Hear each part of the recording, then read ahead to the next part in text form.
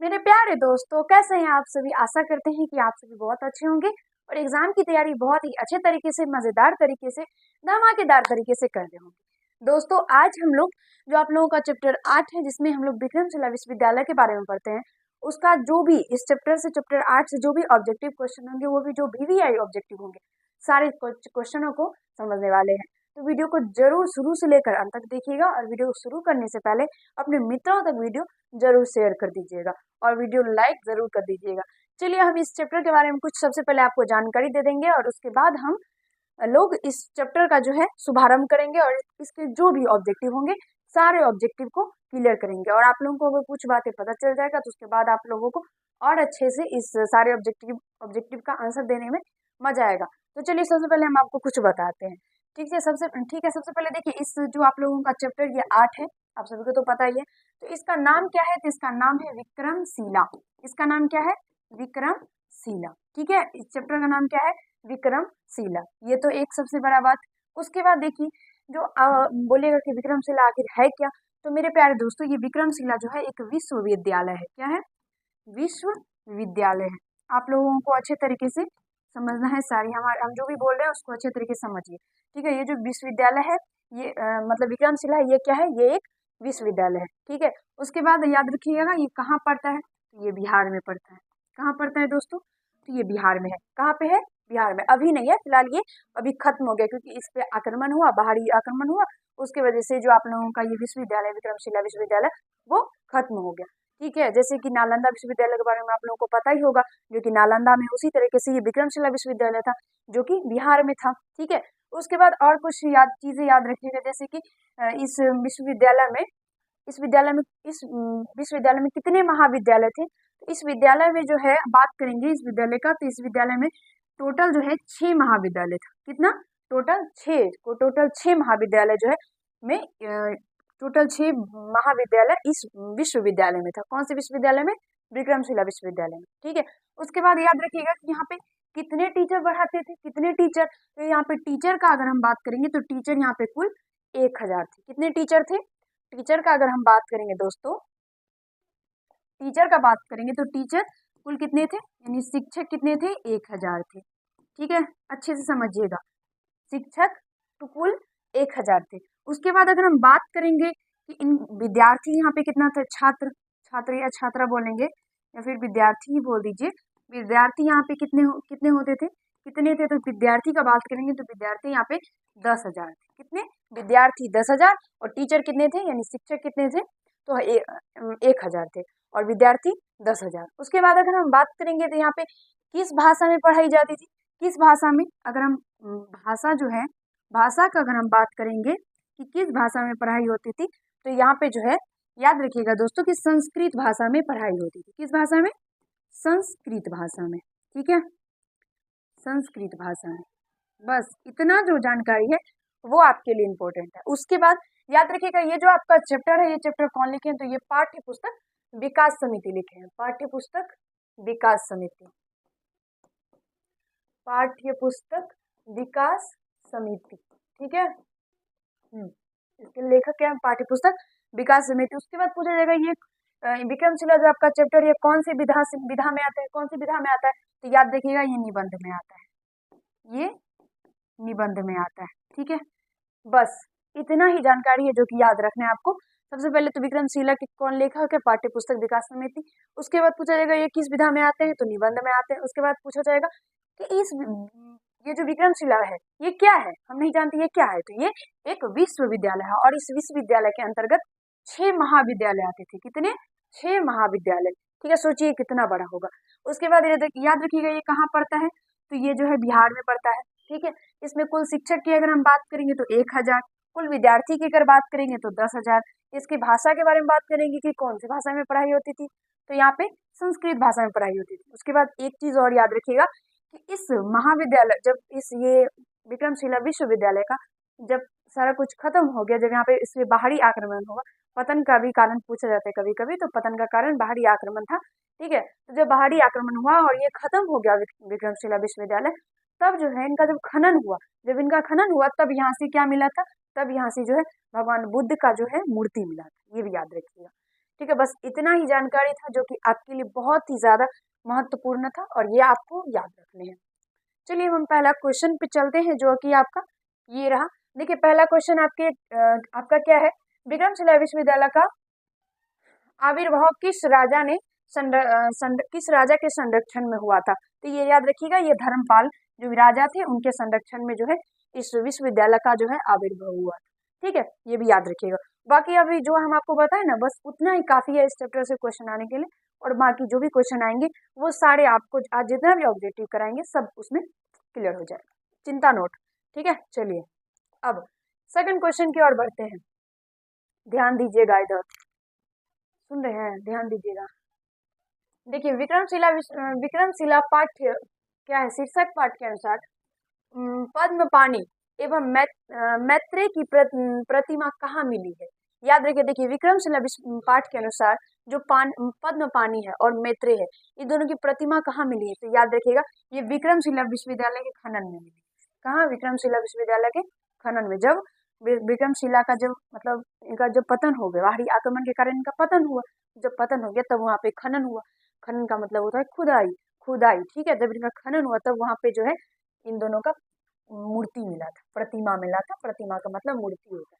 ठीक है, याद रखिएगा। तो ऑप्शन नंबर बी बिल्कुल ही करेक्ट आंसर होगा। आगे विक्रमशिला पाठी के अनुसार तिब्बत में बौद्ध धर्म का प्रचार किसने किया था। देखिए तिब्बत में पूछा गया है, तिब्बत में, तो तिब्बत में बौद्ध धर्म का प्रचार किसने किया था। तो आतिश दीपंकर ने, आतिश दीपंकर ने। ठीक है,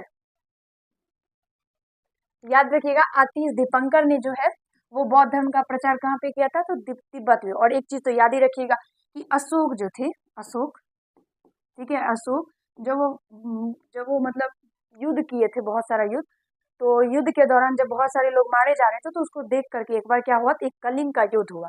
ठीक है, एक कलिंग का युद्ध हुआ था, शायद कलिंग का युद्ध हुआ था। ठीक है, नहीं तो बस ये याद रखिए कि एक युद्ध हुआ था। ठीक है, वो एक युद्ध में क्या हुआ, तो 1.25 लाख लोग जो है, वो 1.25 लाख लोग शायद मतलब उसमें मारे गए थे। तो वो सब जब अशोक देखे ना, तो अशोक को जो उनका कठोर दिल था वो पूरा पिघल गया, और वो प्रतिज्ञा कर ले कि आज के बाद हम युद्ध नहीं करेंगे। और उसके बाद वो क्या किए थे, तो वो क्या फिर उसके बाद क्या हुआ, तो वो जो है बौद्ध धर्म को अपना लिए। कौन, तो ये अशोक जो है बौद्ध धर्म को अपना लिए। और उसके बाद जो है ये बौद्ध धर्म को तो अपना लिए, और जगह जगह जो है बौद्ध धर्म का प्रचार प्रसार करने लगे।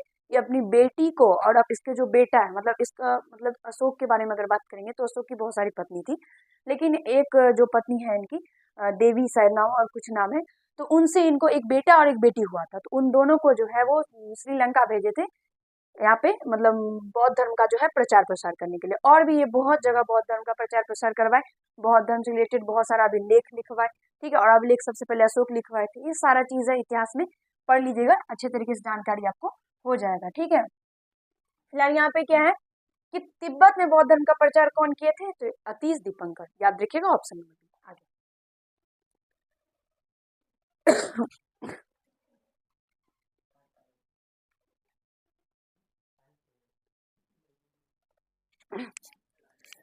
चौथा क्वेश्चन देखिए, तो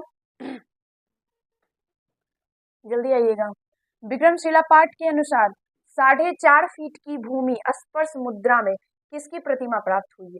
देखिए इस पाठ के अनुसार कहा गया कि 4.5 फीट की जो मूर्ति है, भूमि के स्पर्श में जो मूर्ति मिली है वो किसकी प्रतिमा है, वो किसकी मूर्ति है, तो वो भगवान बुद्ध की मूर्ति है। ठीक है, ऑप्शन नंबर 1 करेक्ट होगा। आगे क्या कर रहे हैं आप, उसको देखिए ना, नहीं आप हमको देख रहे हैं, उसको देखिए। 5 नंबर क्वेश्चन देखिए, विक्रमशिला विश्वविद्यालय में कितने छात्र रहते थे। तो ये देखिए क्वेश्चन आपका 25 में पूछा गया क्वेश्चन है। ठीक है, यहाँ पे क्या क्या कहा गया है कि विक्रमशिला विश्वविद्यालय में कितने छात्र रहते थे। तो यहाँ पे याद रखिएगा, छात्र के बारे में बात किया जाएगा तो 10,000, और टीचर के बारे में बात किया जाएगा तो 1,000। तो यहाँ पे छात्र कहा गया है ना, छात्र, तो छात्र कितना हो जाएगा 10,000, ऑप्शन नंबर बी। और शिक्षक याद रखिएगा बाबू, शिक्षक कितना था, तो शिक्षक 10,000। अरे ना ना, शिक्षक 1,000, शिक्षक 1,000 और स्टूडेंट जो है वो 10,000। और इन भाषा के बारे में बात किया जाएगा कि कौन भाषा में पढ़ाई होता था, तो संस्कृत भाषा में। कुछ कुछ चीजें जो हम आपको इधर उधर बताते हैं उसको ना दिमाग में सेट करके रखिएगा। ठीक है, हम पानी पीते हैं, 1 सेकेंड।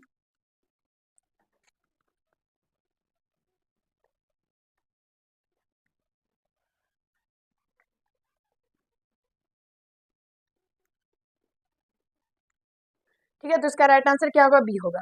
आगे, सॉल्व शब्द का अर्थ क्या होता है? सॉल्व शब्द का अर्थ, हाँ क्या दिया गया दिखाई।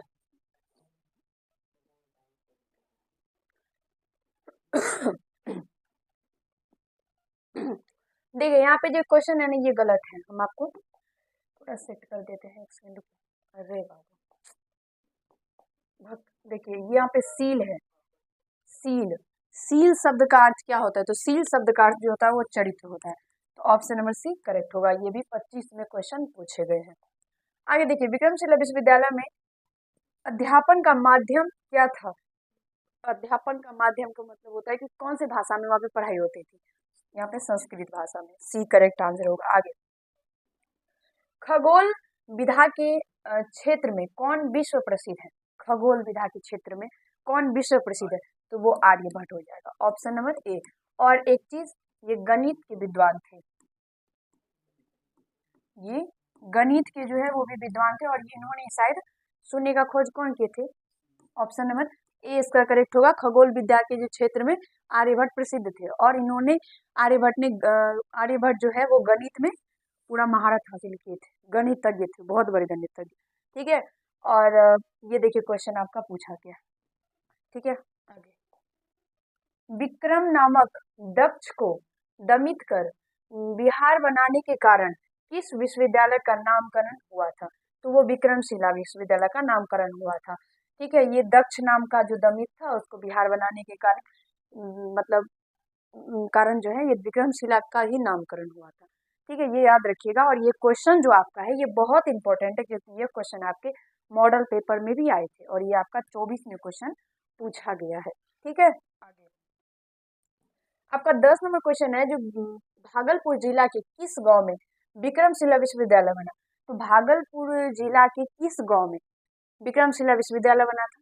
तो आपका ऑप्शन देखिए। ठीक है, ऑप्शन आपका क्या है?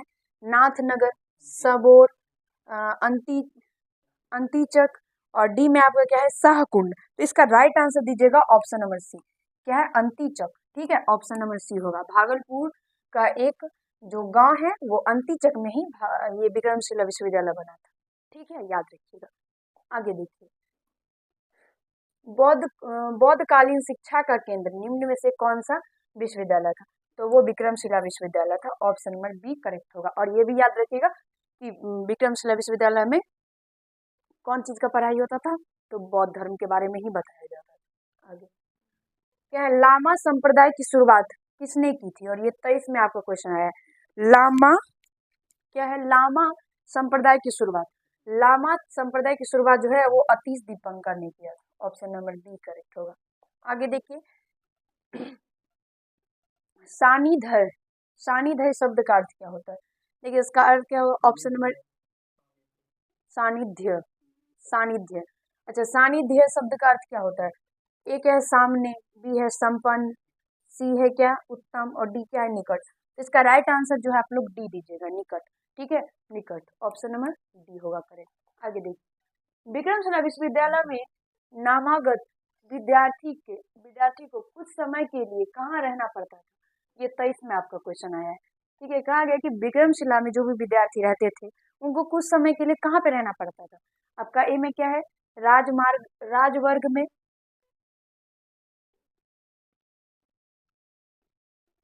राजवर्ग में, बी में क्या है आपका? भिक्षु वर्ग में, सी में क्या है? द्वारपाल वर्ग में, और डी में क्या है? इनमें से कोई नहीं। इस क्वेश्चन का आंसर अगर लोग नहीं समझे तो सबसे पहले हम आपको समझाते हैं। देखिए जैसे कि मान लीजिए कोई नौकरी करने के लिए हम लोग जाते हैं, सबसे पहले हम लोगों का क्या होता है? सर्टिफिकेट चेक किया जाता है, क्वालिटी चेक किया जाता है कि आखिर हम किस काम के लायक हैं। ठीक है, सारा कुछ चेक किया जाता है, उसके बाद ना काम मिलता है, अपनी क्वालिटी के हिसाब से काम मिलता है। उसी तरीके से इसमें भी कहा गया कि जो भी विक्रमशिला विश्वविद्यालय में जो भी विद्यार्थी नाम क्या है? नावागत मतलब जो भी नाम लिखाने के लिए आते थे, जो भी पढ़ने के लिए आते थे, उस विद्यार्थी को सबसे पहले कहाँ रहना पड़ता था?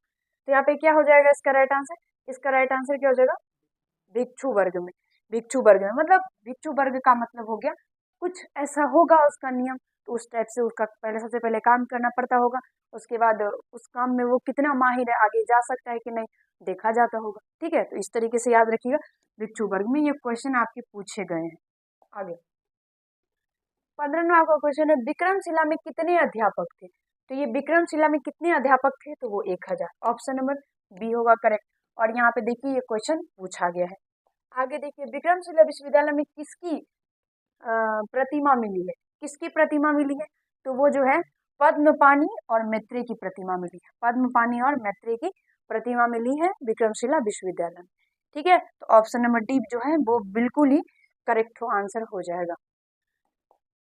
देखिए हम आपको एक चीज शायद मिस्टेक हो चुका है, हम आपको एक बार बता देते हैं। ठीक है, रुकिए तो आइए, कहाँ गया ये देखिए, यहाँ पे हम आपको बता दिए थे कहीं पर शायद कि मतलब हाँ जो विक्रमशिला का जब मतलब खनन हुआ था, विक्रमशिला का जब खनन हुआ था तो उसके वहाँ पे किसकी प्रतिमा मिली थी? तो वो हमने आपको बौद्ध क्या बोलते हैं गौतम बुद्ध बता दिया, तो वो गलत है, गौतम बुद्ध नहीं होगा। ठीक है, पाणिनि और मैत्रेय का प्रतिमा मिला था, ये याद रखिएगा। पाणिनि और मैत्रेय का प्रतिमा मिला था जब विक्रमशिला विश्वविद्यालय का खनन हुआ था। तो ठीक है, ये क्वेश्चन इंपॉर्टेंट है और वहाँ पे हमको थोड़ा सा मिस्टेक हो गया था, तो आप एक बार उसको देख लीजिएगा। ठीक है, यहीं पे थे, हाँ देखिए यहाँ पे पाणिनि और मैत्रेय की प्रतिमा मिली। आगे 17वां आपका क्वेश्चन है विक्रमशिला विश्वविद्यालय में कक्षा की व्यवस्था के लिए अलग से कौन यहाँ पे नियुक्त है? नियुक्त क्या है? वियुक्त है, क्या है? देखिए यहाँ पे नियुक्त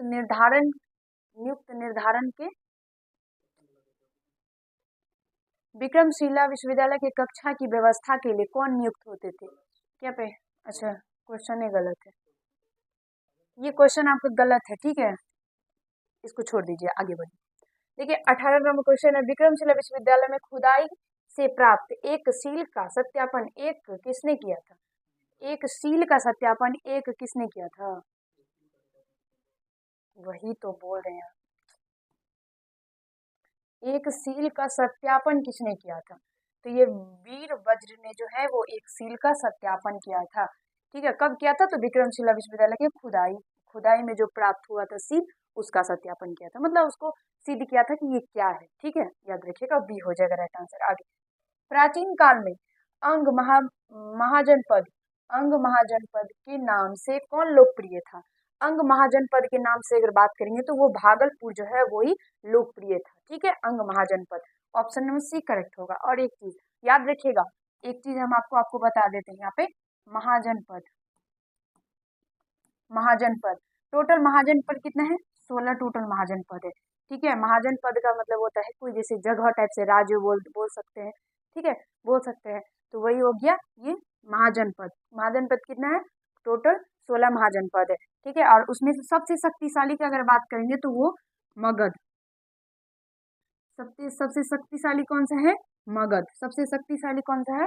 तो मगध सबसे शक्तिशाली महाजनपद है। और बाकी जो आपका ये अंग है ये भी एक महाजनपद है, फिर कौशल जो है, अवंती जो है, ये सारा भी महाजनपद है। ठीक है, वत्स है, ये भी सब भी महाजनपद है। टोटल 16 महाजनपद है। ठीक है, तो उतना आपको नहीं जानना था, बस हम आपको बता दिए। ठीक है, तो ये याद रखिएगा कि अंग महाजनपद के नाम से कौन लोकप्रिय था? तो वो भागलपुर। आगे देखिए 20 नंबर क्वेश्चन देखिए, भिक्षु वर्ग में रहने के बाद आचार्य क्या मानकर शिष्य को बौद्ध सिद्धांतों से परिचित कराते थे? और ये आपका 21 में पूछा गया क्वेश्चन। क्या कहा गया कि बौद्ध वर्ग में रहने के बाद आचार्य क्या मानकर शिष्य को बौद्ध सिद्धांतों से परिचित कराते थे? यानी सबसे पहले जो भी विद्यार्थी आते थे उसको क्या करते थे? तो भिक्षु वर्ग में रख देते थे, और उसके बाद वहां पे रहने के बाद वो जो विद्यार्थी होते थे उसके बाद कहा गया कि उसको क्या मानकर जो है वो बौद्ध सिद्धांत के बारे में बताते थे। तो यहाँ पे याद रखिएगा पुत्रवत मानकर, यानी पुत्र अपना पुत्र के समान मानकर जो है उनको बौद्ध सिद्धांत के बारे में बताते थे। तो बी जो है इसका करेक्ट आंसर होगा। आगे देखिए विक्रमशिला विश्वविद्यालय का किसके आक्रमण से सर्वनाश हो गया? विक्रमशिला विश्वविद्यालय का जो सर्वनाश है वो किसके आक्रमण से हो गया? तो हम आपको बताए थे कि बाहरी आक्रमण से हुआ, लेकिन कौन किसके किसके नाम किसके? तो वो तुर्कों के आक्रमण से। सी करेक्ट आंसर होगा। तुर्कों के आक्रमण से जो है विक्रमशिला विश्वविद्यालय वो समाप्त हो गया। आगे विक्रमशिला विश्वविद्यालय की स्थापना किसने की? अच्छा, विक्रमशिला विश्वविद्यालय की स्थापना किसने की? तो ये आप लोग याद रखिएगा कि राजा धर्मपाल जो है वो विक्रमशिला विश्वविद्यालय की स्थापना की थी, याद रखिएगा। आगे विक्रमशिला विश्वविद्यालय किस काल में शिक्षा केंद्र था? किस काल में? तो वो जो है बौद्ध काल में। सी बी कर करेक्ट। चलिए बौद्ध काल जो है इसका करेक्ट आंसर हो जाएगा, सी मारिएगा, बिल्कुल ही करेक्ट आंसर। आगे, विक्रमशिला विश्वविद्यालय का आविर्भाव किस शताब्दी में हुआ? किस शताब्दी में इसका आविर्भाव हुआ? ये तो आपको पता है कि धर्मपाल, राजा धर्मपाल करवाए, लेकिन किस शताब्दी में? तो ये 8वीं शताब्दी में हुआ है। ऑप्शन नंबर ए होगा करेक्ट आंसर। आगे, आर्यभट्ट किस विधा के क्षेत्र में, क्या लिखा हुआ है देखिए तो, विश्व प्रसिद्ध है, वही ना। हाँ, तो आर्यभट्ट जो है किस विधा के क्षेत्र में विश्व प्रसिद्ध है? खगोल विधा के क्षेत्र में। ठीक है, ऑप्शन नंबर ए मारिए। आगे, 10,000 छात्र और 1,000 अध्यापक कहाँ थे? तो वो विक्रमशिला विश्वविद्यालय में थे। ऑप्शन नंबर सी होगा करेक्ट आंसर। आगे देखिए, विक्रमशिला विश्वविद्यालय के प्रथम आचार्य कुलपति कौन थे? प्रथम आचार्य कुलपति के बारे में बात किया जाए तो वो हरिभद्र हो जाएगा। ऑप्शन नंबर बी बिल्कुल ही करेक्ट आंसर हो जाएगा। आगे, आशा करते हैं दोस्तों कि आप सभी सारे क्वेश्चनों का आंसर भली भांति अच्छे तरीके से कर रहे होंगे और आप लोगों को अच्छा लग रहा होगा सारे क्वेश्चनों को पढ़कर। सारे क्वेश्चन आपके लिए महत्वपूर्ण है, सारे क्वेश्चन बहुत ही इंपॉर्टेंट है। और अभी जो आपका एग्जाम होने वाला है 17 फरवरी से आप लोगों का एग्जाम स्टार्ट है और पहले दिन ही आपका मैथिली है और ये आपका नन हिंदी का क्वेश्चन है। नन हिंदी का जो एग्जाम होगा उस एग्जाम में आप लोगों को अच्छे तरीके से सारे क्वेश्चनों का आंसर करना है और अगर सही तरीके से आंसर करना चाहते हैं तो सारे क्वेश्चनों को अच्छे तरीके से अभी देखना होगा। अभी देखिएगा तब ना, क्योंकि अभी तो आपका टाइम उतना तो बचा नहीं है, टाइम तो आप सारा बिता चुके हैं। तो अच्छे तरीके से सीखिएगा तभी समझ में आएगा और जब समझ में आएगा तो वहाँ पे आप लोग जब बोर्ड एग्जाम बैठिएगा तो अच्छे तरीके से आपका मार्क्स आएगा, इधर उधर कुछ नहीं कटेगा।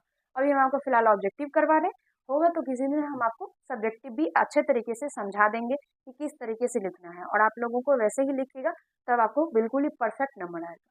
ठीक है, तो चलिए बाकी का आगे वाला क्वेश्चन हम लोग करते हैं और आप लोग सारे क्वेश्चनों का आंसर कर रहे होंगे और करते रहिए। आगे भी देखिए बहुत सारा क्वेश्चन है, अच्छा अच्छा क्वेश्चन, सारा क्वेश्चन पूछा गया है। ठीक है, देखिए इधर, देख रहे हैं इधर 28 नंबर का क्वेश्चन है, विक्रमशिला में पुरातात्विक खनन के दौरान भूमि स्पर्श मुद्रा में किसकी प्रतिमा प्राप्त हुई? किसकी प्रतिमा प्राप्त हुई है? तो भगवान बुद्ध की प्रतिमा। पुरातात्विक उत्खनन में, हम तो सही बोले थे ना कि वहाँ पे खनन में किसका प्रतिमा प्राप्त हुआ है? तो भगवान बुद्ध का भी प्राप्त हुआ है। बेकारे बोल दी कि गलत बोल दी, भगवान बुद्ध का भी प्राप्त हुआ है और जो महापानी है, महापाणिनि और उसका भी मैत्रेय का भी प्राप्त हुआ है, तीनों का प्राप्त हुआ है। ठीक है, याद रखिएगा। आगे देखिए क्वेश्चन 29 नंबर है, विक्रमशिला विश्वविद्यालय के प्रांगण में कितने महाविद्यालय थे? तो वो याद देखिएगा, वो 6 इसका करेक्ट आंसर होगा। ठीक है, आगे, विक्रमशिला में कितने महाविद्यालय थे? तो वो 6 हो जाएगा, बी बिल्कुल ही करेक्ट आंसर हो जाएगा। ठीक है बाबू, आगे, विक्रमशिला पाठ की विधा क्या है? तो वो निबंध है, ए मारिएगा, करेक्ट हो जाएगा। आगे देखिए, विक्रमशिला कहाँ अवस्थित है? कहाँ अवस्थित है? यहाँ पे क्या है? यहाँ पे अंति गलत लिखा हुआ है, लेकिन बी इसका अंतिचक इसका राइट आंसर हो जाएगा, अंतिचक। ठीक है, बी बिल्कुल ही करेक्ट होगा। और ये कहाँ पे है बाबू? याद रखिएगा, ये भागलपुर, ये भागलपुर में है, भागलपुर में। और भागलपुर कहाँ है? भागलपुर बिहार में है, बिहार का जो है एक जिला है। ठीक है, बिहार राज्य है, भागलपुर जिला है, भागलपुर का एक गांव है अंतिचक और वहीं पे जो है विक्रमशिला विश्वविद्यालय है। और याद रखिएगा, आप लोगों को अधिकतर ये क्वेश्चन आते हैं कि कौन से राज्य में विक्रमशिला विश्वविद्यालय पड़ता है? तो वो बिहार राज्य में। और कौन से जिला में? भागलपुर जिला में। और कौन से गाँव में? तो वो अंतिचक में। ठीक है, आगे, विक्रमशिला विश्वविद्यालय किस राज्य में है? तो वो देखिए बिहार में है, ऑप्शन नंबर ए बिल्कुल ही करेक्ट होगा। और 33 क्वेश्चन इसमें कुल आपके थे और 33 का 33 हम आपको भली बात अच्छे तरीके से करा दिए हैं। आपको टोटल 100 जो है वो ऑब्जेक्टिव पूछे जाएंगे। ठीक है, 100 ऑब्जेक्टिव, उसमें से टोटल आपको 50 बनाने हैं, टोटल 50। और उसमें से आपका जो है व्याकरण भी रहेगा हिंदी में और मैथिली में, दोनों में व्याकरण भी रहेगा और आपका जो बुक से है वो भी रहेगा। तो आराम से आप लोग 50 क्वेश्चन का आंसर दे सकते हैं, कोई डाउट नहीं होगा। आप लोग अच्छी तरीके से तैयारी कर रहे होंगे और अच्छी तरीके से सारे क्वेश्चनों का आंसर कर लेंगे। और याद रखिएगा, जो इस तरीके से जो आपका ये बॉक्स टाइप से दिया रहता है दोस्तों, ये दिया रहता है ना आपको देखिए इस तरीके से दिया रहता है, जैसे 1 नंबर 2 नंबर। तो जब आपको कोई भी आंसर अगर कीजिएगा, जैसे कि मान लीजिए कि 1 का अगर बी होगा, तो उसको अच्छे तरीके से भरिएगा। अब ये नहीं कि ऐसे-ऐसे थोड़ा कर देते हैं बस हो गया, ऐसे में आपका गलत हो जाएगा, ठीक है? तो उसको पूरा फुल पूरा भरिएगा, इतना बस याद रखिएगा। सारे क्वेश्चनों का आंसर देने का एक तरीका होता है, तरीका से आंसर दीजिएगा तभी आपको फुल मार्क्स मिलेंगे, नहीं तो गड़बड़ हो जाएगा। जैसे कि हम तो आप सोचेंगे हम तो 2 नंबर बना के आए, लेकिन इस तरीके से एक बिंदा दे करके जैसे एक थोड़ा-थोड़ा-सा भर दिए, छोड़ दिए, उससे क्या होगा? कुछ नहीं होगा, उसको पता ही नहीं चलेगा कि कौन-सा भरा है, पता ही नहीं चलेगा क्योंकि छोटा-मोटा बिंदा हर किसी पे पड़ जाता है, तो उसको पता नहीं चलेगा और नहीं पता चलेगा तो वो 2 नंबर गिनेंगे और आपका 1 नंबर कट जाएगा और 1 नंबर के लिए पास और फेल क्योंकि 299 आया तो आप सेकेंड हो जाएँगे और जस्ट 300 आ गया तो आप फर्स्ट हो जाएँगे। याद रखिएगा, 1 नंबर का बहुत महत्व होता है। तो बस छोटा-छोटा चीज़ है, उसको याद रखिएगा और एग्ज़ाम के टाइम में तो बहुत सारे ऐसे वीडियो आपको यूट्यूब पे मिल ही जाते हैं जिसमें कि आप लोगों को बहुत सारी चीज़ कॉपी कैसे लिखें, जनवरी में कैसे पास हो, बिना पढ़े कैसे हो पास, बिना पैसे टॉप कैसे करें, पढ़े, वो सब सारा चीज़ आपको मिल ही जाता होगा, आप लोग देखते भी होंगे। हम लोग ऐसे ही हैं, हम लोग देखते ही हैं, हम भी स्टूडेंट हैं तो हम भी जानते हैं ना। तो चलिए मिलते हैं अगले वीडियो में और वीडियो को शेयर करके जाइएगा अपने मित्रों के पास और चैनल को सब्सक्राइब कर लीजिएगा। वीडियो अच्छा लगा हो तो लाइक कर दीजिएगा, सारे क्वेश्चनों का आंसर जरूर कर लिए होंगे और वीडियो को जरूर शेयर कीजिएगा, ठीक है? तो चलिए मिलते हैं अगले वीडियो में और आप लोग स्वस्थ रहिएगा, व्यस्त रहिएगा, एग्जाम की तैयारी अच्छे तरीके से, मज़ेदार तरीके से कीजिएगा। धन्यवाद।